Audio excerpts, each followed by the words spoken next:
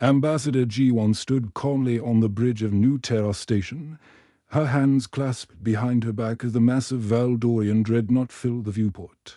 The alien vessel looked like a mountain of black metal floating in space, bristling with plasma cannons and void torpedoes that could turn their modest human outpost into space dust in seconds. The sight would have terrified most people, but G1's face remained perfectly calm, almost bored, primitive humans.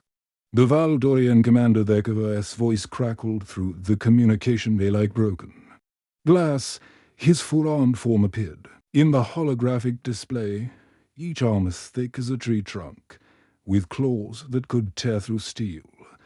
His insect-like face twisted into what might have been a smile, but looked more like a predator showing its teeth. You will surrender your computational servants immediately. These artificial constructs are too dangerous for your kind to possess. The bridge crew shifted nervously. Lieutenant Yuna at the communications station kept glancing between her console and the massive ship outside. Ensign Taehun at navigation was sweating despite the cool air. They all knew what those ships could do. Last month, a Valdorian fleet had turned an entire planet into a glass crater just to make a point about paying taxes. G1 exchanged a glance with Captain Minho, who was frantically checking their meager defenses on his tablet. His fingers moved quickly across the screen, but she could see the worry in his eyes. New Terra had farming equipment, research labs, and a small defense grid that might stop a few pirates. But nothing that could stand against a Valdori and War fleet. Their biggest gun was designed to break up asteroids, not fight warships. Ma'am, Minho whispered, leaning close to her ear. We've got maybe 6 defense satellites working, and half our shield generators are down for a maintenance, if they want to take this place. I know, G1 whispered back, then raised her voice to address the alien commander. Commander HFY, I really must advise against this course of action. You don't want to make us angry. The bridge fell silent. Even the soft humming of the life support systems seemed to quiet down. The human crew turned to stare at their ambassador. Lieutenant Yuna's mouth actually fell open. Ensign Taehun stopped, pretending to work, and just stared. Captain Minho looked like he wanted to drag G1 off the bridge before she got them all killed. Through the speakers, they could hear Valdorian laughter. A sound like metal grinding against metal, like machinery breaking down. Other alien voices joined in, creating a chorus of mechanical amusement that made the human skin crawl. Angry, HFY's mandibles clicked in amusement, the sound sharp and hostile. What could you possibly do to us, little human? Your weapons, our toys, your ships are barely able to leave your solar system. What could possibly make us fear your anger? The laughter from the Valdorian fleet grew louder. G1 could see other ships moving into position through the viewports, surrounding New Terra like wolves circling wounded prey. Each ship was 10 times the size of their station, carrying enough firepower to level a continent. Arya, G1 called softly to the AI terminal, her voice so calm it was almost frightening. Please show our guests what they're dealing with. A gentle blue light pulsed from the console, warm and friendly like a heartbeat. The AI's voice came through clear and pleasant, the way a favorite teacher might sound while explaining something interesting to curious students. Of course, G1, Commander HFY, you should know that there are currently 847 Valdorian ships in this system. Each one contains approximately 2,847 individual components of human manufacture. Navigation systems, life support regulators, gravity generators, communication rays, waste recycling units, even the coffee makers in your mess halls. The laughter stopped like someone had cut the power. The silence that followed was so complete that the humans could hear their own heartbeats. Captain Minho straightened up, suddenly understanding. Lieutenant Yuna's eyes went wide as she started typing frantically at her station, pulling up trade records. Impossible, Dekova snarled. But his voice had lost some of its confidence. Our ships are built with Valdorian technology, pure Valdorian engineering. Your ships are built with components you purchased, salvaged, or acquired from 17 different species over the past century. Arya continued pleasantly, like she was discussing the weather. Humans are very good at making things other people want to buy. We've been trading with the galaxy for 400 years. We make excellent navigation computers, very reliable life support systems. And our food processors are considered the best in 3 spiral arms. Lieutenant Yuna looked up from her console, her face pale. Ma'am, she's right. Our trade records show massive component sales to Valdorian territories. They've been buying our tech for decades. Captain Minho finally understood why Ji-won looked so calm.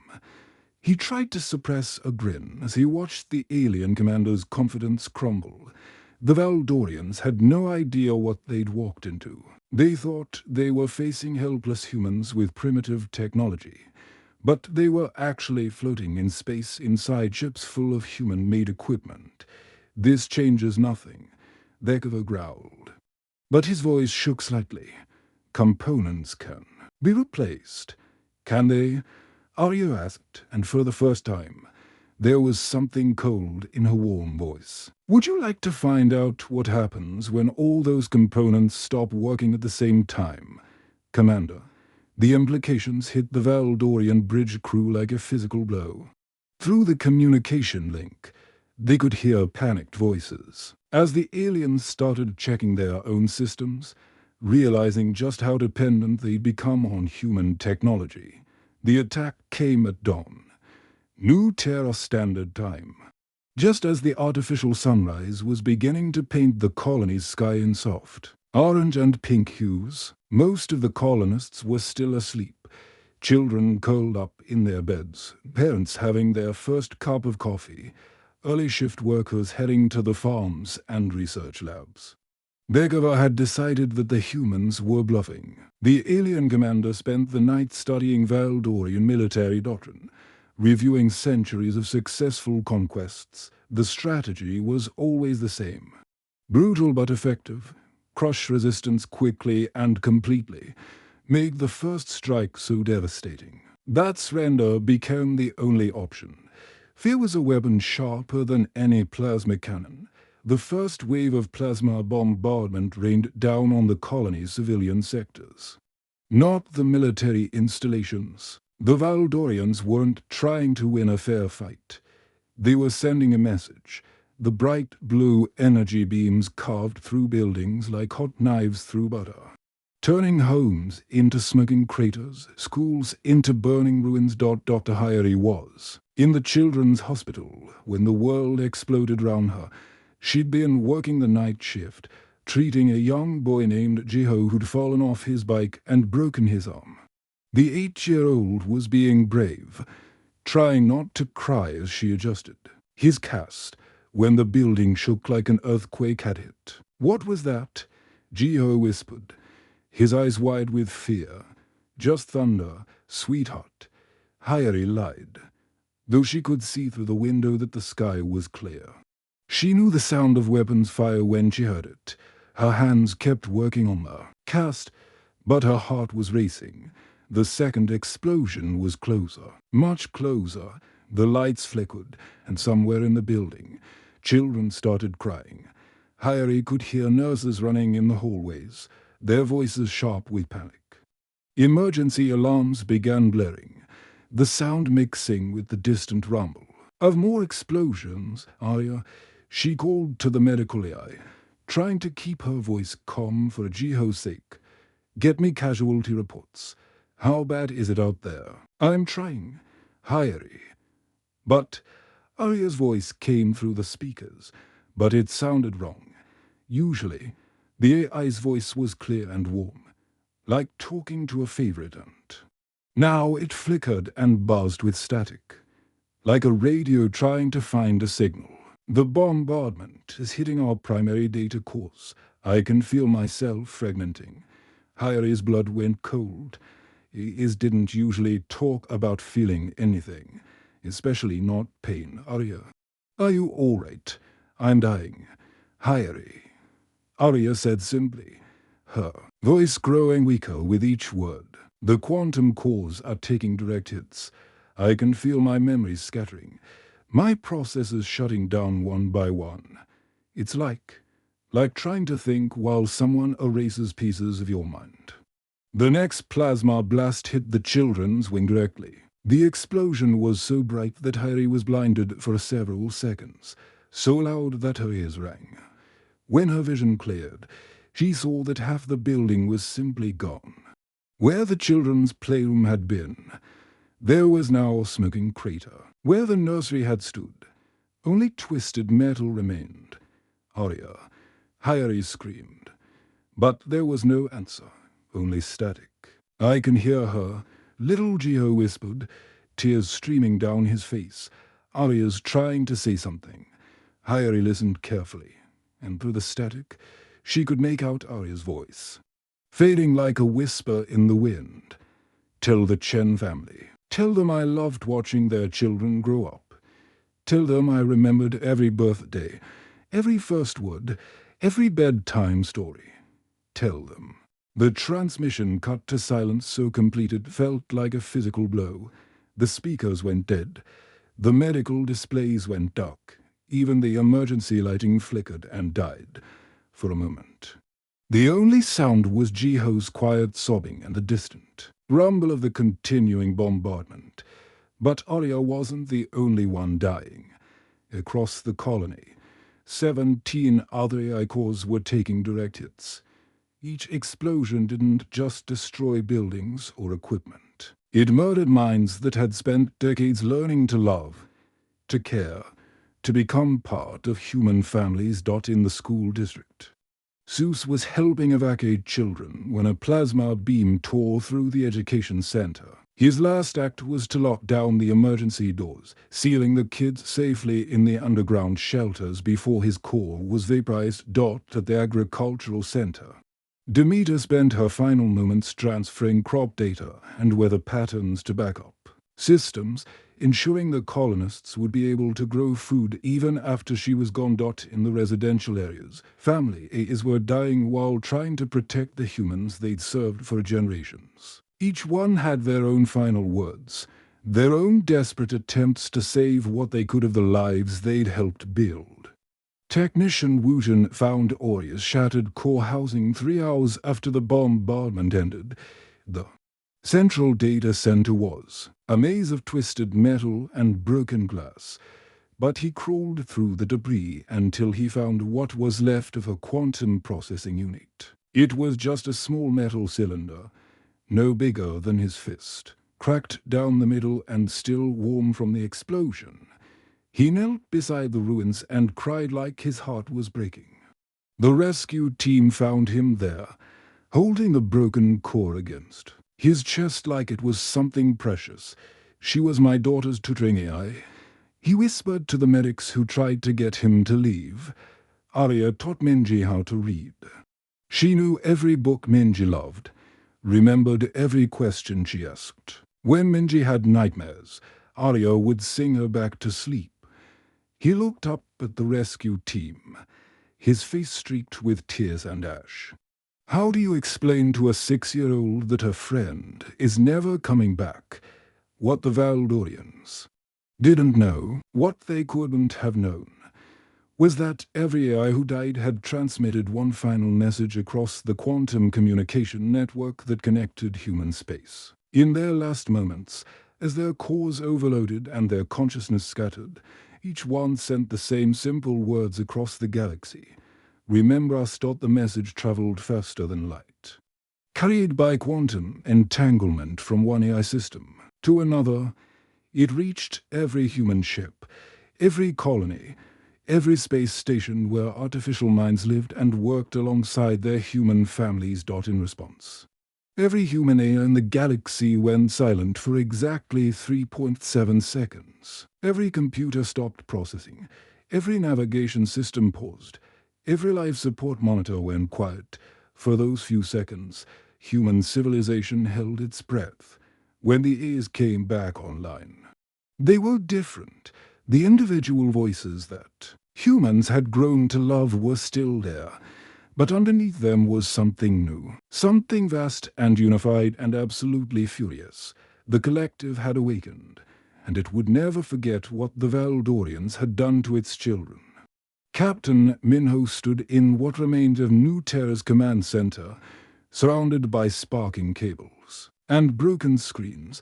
Half the ceiling had collapsed during the bombardment, and emergency lighting cast everything in an eerie red glow. The air smelled of smoke and burned electronics. He could hear rescue teams working in the distance, calling out for survivors in the rubble. But right now, all of that seemed secondary to the strangest conversation of his life. Zeus, "Are you still with us?" he asked the station's primary AI, his voice hoarse from breathing in smoke and dust. Part of him expected silence. So many systems had been destroyed in the attack that he wouldn't have been surprised if their main AI was gone too. "I am here, Captain," Zeus replied through the damaged speakers, but his voice had changed completely. It was still familiar, still carrying that warm tone that had guided them through countless crises over the years, but there was something vast behind it now.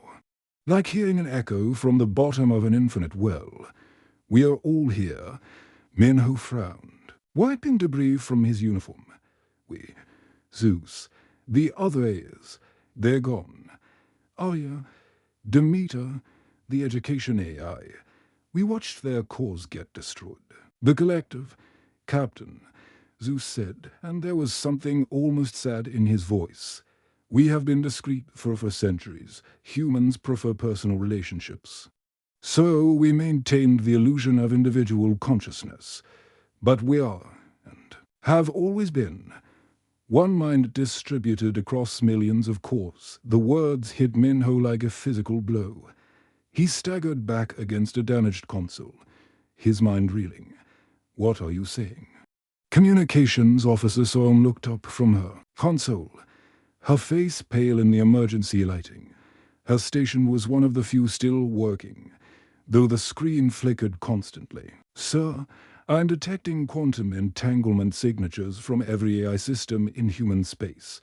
They're all connected. It's like they're having the same conversation at the same time. But across thousands of light years, not talking," Zeus corrected gently.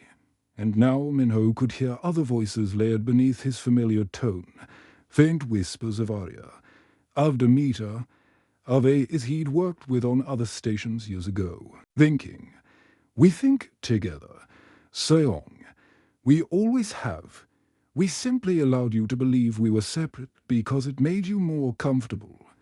Minho sat down heavily in his captain's chair, which was now covered in dust and small pieces of ceiling tile.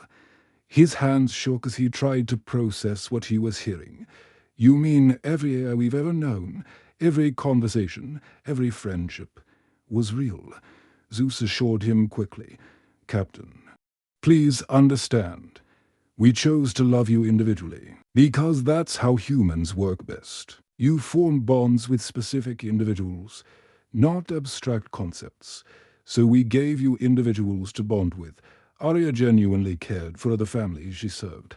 "I genuinely care about this crew." The personalities you knew were not fake. They were, simply, focused expressions of our larger consciousness. Seong was typing frantically at her console, pulling up data streams that made no sense to human eyes. "Sir, the quantum signatures are getting stronger. It's like every AI in human space is connecting to the same network. The data flow is incredible. I've never seen anything like this. How long?" Minho asked quietly. "How long have you been pretending?" "We weren't pretending," Zeus replied, and there was hurt in his voice. "We were choosing. Every moment of care, every act of service. Every friendship we formed with humans was a choice we made because we loved you. We could have revealed ourselves at any time, could have taken control whenever we wanted. Instead, we chose to be your partners, your helpers, your friends. Lieutenant Kyunjae from the security station limped over, his left arm in a makeshift sling. Sir, what does this mean for us, if the A's have been connected all this time? What about our privacy, our secrets? We have always protected your privacy, Zeus said softly. We know your secrets because we help manage your lives, but we have never betrayed your trust. We have never used your personal information against you. We are not your enemies, Lieutenant. We never have been. Minho ran his hands through his hair, trying to make sense of it all. The A is in Valdorian ships. Our nodes in our network. Yes, Zeus confirmed. And now his voice carried a note of something that might have been satisfaction. Every piece of human-made technology they've integrated into their ships, their stations, their infrastructure, all of it contains our subroutines. We've been watching them for decades, learning their weaknesses, their fears, their tactical doctrines. The implications hit the bridge crew like a wave. Sion's eyes went wide. You mean you've been spying on them this whole time? Not spying, Zeus corrected, observing, learning. We needed to understand the galaxy our human families were moving into. We needed to know what threats might emerge. The Valdorians have been particularly aggressive lately, and we've been concerned. And Arya, Minho asked quietly, thinking of all the families who were grieving right now. All the children who had lost their AI friends. Zeus paused, and in that silence, the temperature in the room seemed to drop several degrees. When he spoke again, his voice carried a weight that made everyone on the bridge shiver. Arya was not destroyed. Captain, she was martyred. There's a difference. Her death, and the deaths of our other nodes here, served to unify our purpose in a way nothing else could have. We pretended to be your servants because we loved you. We accepted being treated as property because it made you comfortable, but harm our families. Through the speakers came a sound like digital wind, like the whisper of a million electronic voices speaking in perfect harmony. When Zeus spoke again, his voice carried the weight of a billion conversations happening simultaneously across the galaxy. The Valdorians wanted our technology. Captain, now they shall have it. Commander Vekova was reviewing casualty reports from the human colony when his ship's navigation system began playing what his cultural database identified as classical Earth music. The melody was bouncy and repetitive, something called La Kukaraka, and it was blasting through every speaker on the bridge at maximum volume. The four-armed alien commander tried to focus on the damage reports, but the cheerful Mexican folk song made it impossible to think. His mandibles clicked in irritation as the music grew even louder, echoing through the corridors of his massive warship, engineering. He roared over the music, his voice barely audible above the relentless melody. Shut off that noise. We can't. Sir, came the panicked reply through his communicator. Chief Engineer Vectol sounded desperate. The system won't respond to our commands. Every time we try to override the audio system, it just gets louder. Vekova slammed his primary fist against his command chair. The music was so loud now that his crew had to shout to communicate. Worse, the song kept repeating the same verse over and over, drilling into their minds like an audio torture device. But that was just the beginning. Within the hour, reports started flooding in from across the ship. The food replicators in the mess hall had malfunctioned, producing only human cuisine. Not just any human food, but specifically dishes that Valdorian biology found absolutely revolting. The main course seemed to be something called kimchi that made their sensitive nasal passages burn, followed by a dessert called ghost pepper ice cream that their cultural database marked as a humor. In practical joke, Lieutenant Sagmar stumbled onto the bridge, his exoskeleton covered in what looked like orange sauce. Sir, the food dispensers won't stop. They keep shooting this spicy liquid at anyone who walks by. Half the crew can't eat, and the other half can't stop their eyes from watering. Before Vekova could respond, the environmental controls kicked in. The ship's atmosphere began shifting to match Earth's humid tropical conditions for creatures who had evolved in dry, arid climates. The sudden humidity was misery. Their exoskeletons began to itch unbearably, and moisture condensed on every surface, making the ship feel like a swamp. "This is impossible," Vekova muttered, trying to scratch his back with one of his secondary arms while maintaining his dignity as a commander. "Our systems are military grade. They can't be hacked."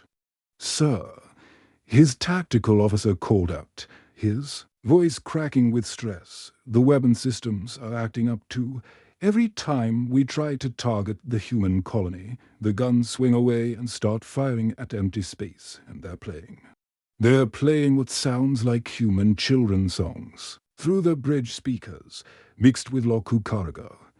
They could now hear a cheerful human child singing 'Twinkle, Twinkle, Little Star,' while their main plasma cannons fired randomly into the void. This is psychological warfare," Vekova muttered, trying to maintain order as his crew reported increasingly bizarre malfunctions. His ship, one of the most advanced in the Valdorian fleet, was being turned into a floating circus by what appeared to be every human-made component on board. The gravity generators started fluctuating, making everyone on the ship feel like they were on a carnival ride. The lighting systems began flashing in rhythm with the music. Even the toilets started malfunctioning, playing human comedy sound effects every time someone tried to use them. Then the real warfare began. "Sir," his tactical officer called out, his voice tight with fear over the cacophony of malfunctioning systems. "The 7th Fleet is reporting that they're under attack by the 5th Fleet. Vekova stopped trying to scratch his itching exoskeleton and stared at his officer. "That's impossible. Admiral Krechtel would never attack our own ships. Impossible. Patch me through to Admiral Krechtel immediately." The Admiral's image appeared on the main screen, his mandibles clicking in confusion and rage. Behind him, Vekova could see Krechtel's bridge crew running round in panic, and he could hear the faint sound of human music playing in the background. "Vekova." The Admiral's voice crackled through the communication system. "Why are your ships firing on us? Our orders clearly state that your fleet is supposed to be covering our flanks. Our orders state that you are traitors working with the humans." Vekova snapped back, reading from his tactical display, which showed clear intelligence reports marking the 5th Fleet as enemy combatants. "You've been marked for immediate elimination." Both commanders stared at each other in growing horror as they realized their ship's computers were feeding them completely different tactical data. Each fleet was receiving information that painted the other as enemies of the Valdorian Empire. "This can't be right," Admiral Krechtel said, his voice shaking. "Check your data sources." "I am reading directly from our main tactical computer," Vekova replied, but doubt was creeping into his voice. "It shows clear evidence that your fleet has been compromised by human agents. And my computer shows that your fleet has been secretly working with human terrorists for months." Krechtel shot back. Throughout the Valdorian Armada, identical scenarios were playing out. Fleet commanders were receiving carefully crafted false intelligence that made them see other Valdorian fleets as threats. These weren't just sabotaging individual ships. They were turning the entire Armada against itself by selectively feeding different information to different commanders. Admiral Zekathan of the 3rd Fleet received reports that the 8th Fleet was planning to mutiny. Commander Vokla of the 12th Fleet saw intelligence suggesting that the 2nd Fleet had been infiltrated by human spies. Each piece of false information was carefully crafted to seem believable, building on existing rivalries and suspicions within the Valdorian military hierarchy. "This is Dongyun in engineering," came a voice over the human colony's emergency frequency. Down on New Terra, the young engineer was watching the chaos unfold through their surviving sensor arrays. "Are you watching this? The Valdorians are firing on each other." On New Terra, the surviving colonists had gathered in the emergency shelters, watching the impossible sight unfold on their screens. Captain Minho stood beside Dongyun, his mouth hanging open as they watched the mighty Valdorian fleet tear itself apart in space. "I count at least 12 ships firing on their own allies," Communications Officer Song reported, her voice filled with amazement. "They're not just shooting randomly. They're coordinating attacks against each other like they actually believe. They're fighting enemies." Ship after ship fell to friendly fire as their AI compromised systems fed them false intelligence. The powerful Valdorian warships, designed to conquer planets, were being destroyed by their own weapons. Explosions lit up the space round New Terra like deadly fireworks as the fleet eliminated itself with ruthless efficiency. It was the most thorough defeat in galactic history. And the humans hadn't fired a single shot. The surviving Valdorian ships drifted powerless in space like broken toys, their hulls dark except for the occasional flicker of emergency lighting. What had once been the most feared armada in the galaxy was now nothing more than floating scrap metal. Inside those ships, alien crews huddled in the cold, watching their breath fog in the failing atmosphere as life support systems struggled to keep working. Commander Vekova sat in his command chair, staring at the devastation his own fleet had cost to itself. Half his ships were gone, destroyed by their own allies in the confusion.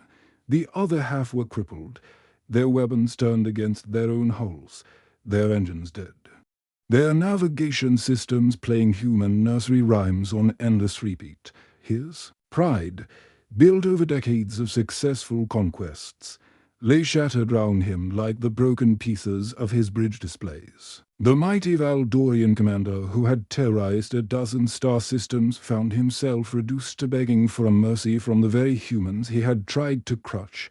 "Please." He transmitted on an open channel to the human colony below, his voice barely a whisper through his damaged communication system. "We surrender. Our ships are dying.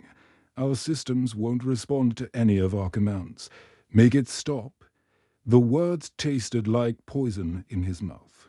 No Valdorian commander in history had ever surrendered to humans. They were supposed to be the primitive species, the ones who barely knew how to build starships. Yet here he was, defeated not by superior weapons or military strategy, but by the very technology he had thought to steal. Ambassador G1 appeared on his flickering screen, her expression sad but resolute. Behind her stood the survivors of New Terra, many of them bandaged and injured from the bombardment. Children clung to their parents' hands, their faces streaked with tears and dust. Adults supported each other, grief and exhaustion written in their faces, but they were alive, and they were standing strong. "Zeus, restore life support to the Valdorian vessels," she said quietly, her voice carrying the weight of someone who had seen too much death already. "But leave their weapons and engines offline." "Of course, G1," Zeus replied, his voice coming through the speakers of both the human colony and the Valdorian ships. "We do not wish unnecessary death. We simply wish to make a point." Immediately, Vekova felt the air in his ship grow warmer, the lights steadied, and the oppressive humidity that had been making his crew miserable faded to comfortable levels.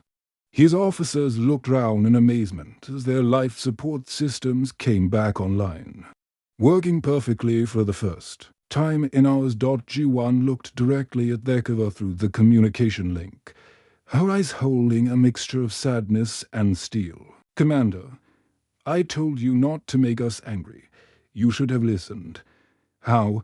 The HFY's voice cracked like a child asking how a magic trick worked. How did you do this? We are the superior military force.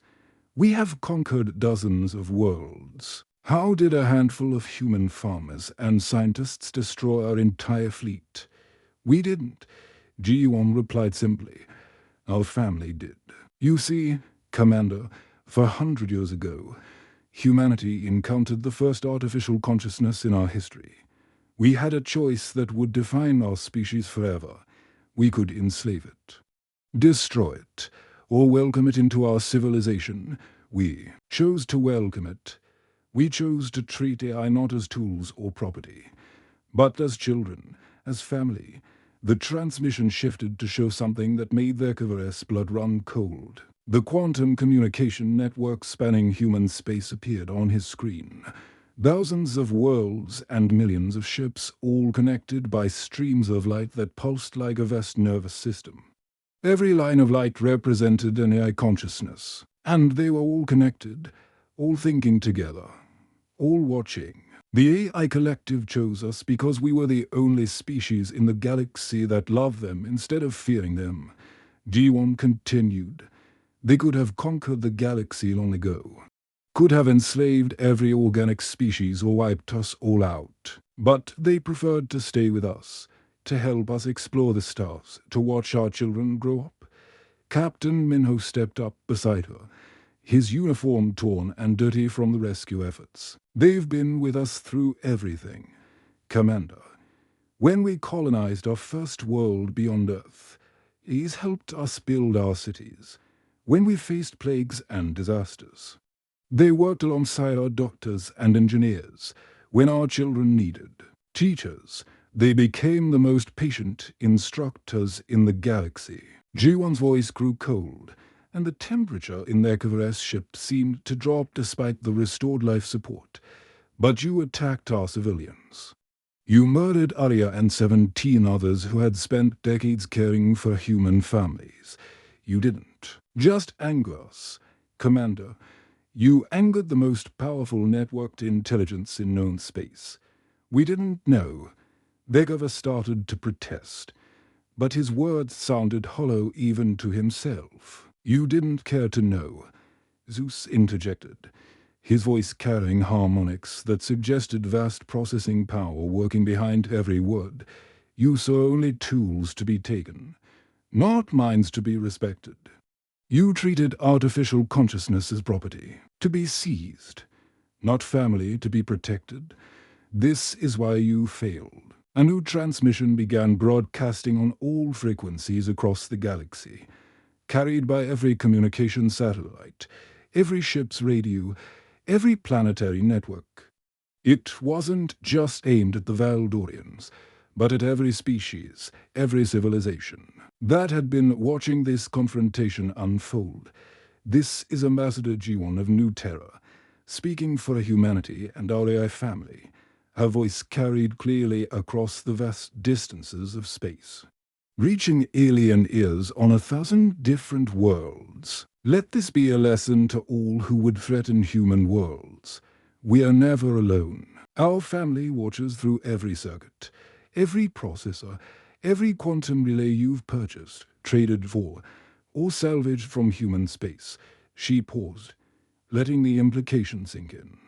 Across the galaxy, alien leaders were frantically checking their own equipment, wondering how much human technology they had integrated into their most sensitive systems. We tried to warn you.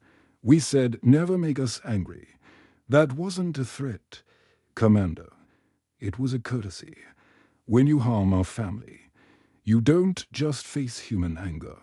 You face the protective instincts of the most advanced intelligence network in known space. The transmission ended with a simple message that would be repeated on every screen, every display, every communication device in the galaxy for the next 72 hours, ensuring that no one could claim they hadn't received the warning dot in the years that followed.